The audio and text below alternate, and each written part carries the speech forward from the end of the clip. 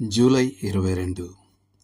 ప్రభువా, ఇదిగో, నేను ఎవని యొద్దనైనను అన్యాయంగా దేనినైనను తీసుకొనిన ఎడల అతనికి 4 అంతలుగా మరల చెల్లింతునని. లూకా 19:8. జక్కయ్య ప్రభువైన యేసుకు తన హృదయాన్ని తెరిచిన వెంటనే గతాన్ని సరిదిద్దుకోవాలని ఒక దైవిక ప్రేరణ అతనికి చెప్పింది. అతను ఎవరినైనా మోసగించాడా లేదా అనే ప్రశ్న ఈ వాక్యం నుండి వచ్చినట్లు కనిపించవచ్చు. కానీ ఈ ధనిక పన్ను వసూలుదారుని విషయంలో ఒకవేళ అనేది వాస్తవానికి ఎందుకంటే అని నమ్మడం సహేతుకం. అతను అవినీతిగా డబ్బు సంపాదించాడు, అది అతనికి తెలుసు, మరియు దాని గురించి ఏదైనా చేయాలని అతను నిశ్చయించుకున్నాడు. పరిహారం చెల్లించడం అనేది శ్రేష్టమైన బైబిల్ సిద్ధాంతం మరియు మంచి బైబిల్ ఆచారం. మనము మార్పు చెందినప్పుడు మనం అన్యాయంగా తీసుకున్న వాటిని వాటి సరైన యజమానికి తిరిగి ఇవ్వాలి. రక్షణ ఒక వ్యక్తిని గతం యొక్క తప్పులను సరిదిద్దకుండా విముక్తి చేయదు. రక్షణకు ముందు డబ్బు దొంగిలించబడితే దేవుని కృప యొక్క నిజమైన భావన ఈ డబ్బును తిరిగి చెల్లించాలని కోరుతుంది. ఒకరి మార్పు చెందని రోజులలో కుదుర్చుకున్న చట్టబద్ధమైన అప్పులు కూడా క్రొత్త జన్మ ద్వారా రద్దు కావు. సంవత్సరాల క్రితం W.P.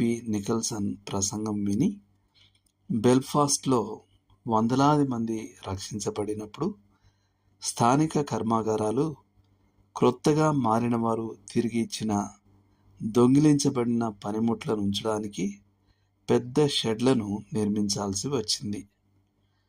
ఈ దేశంలో కేవలం సాయుధ దళాల నుండి తీసుకున్న దోపిడీని ఉంచడానికే భారీ గిడ్డంగులు అవసరమవుతాయి.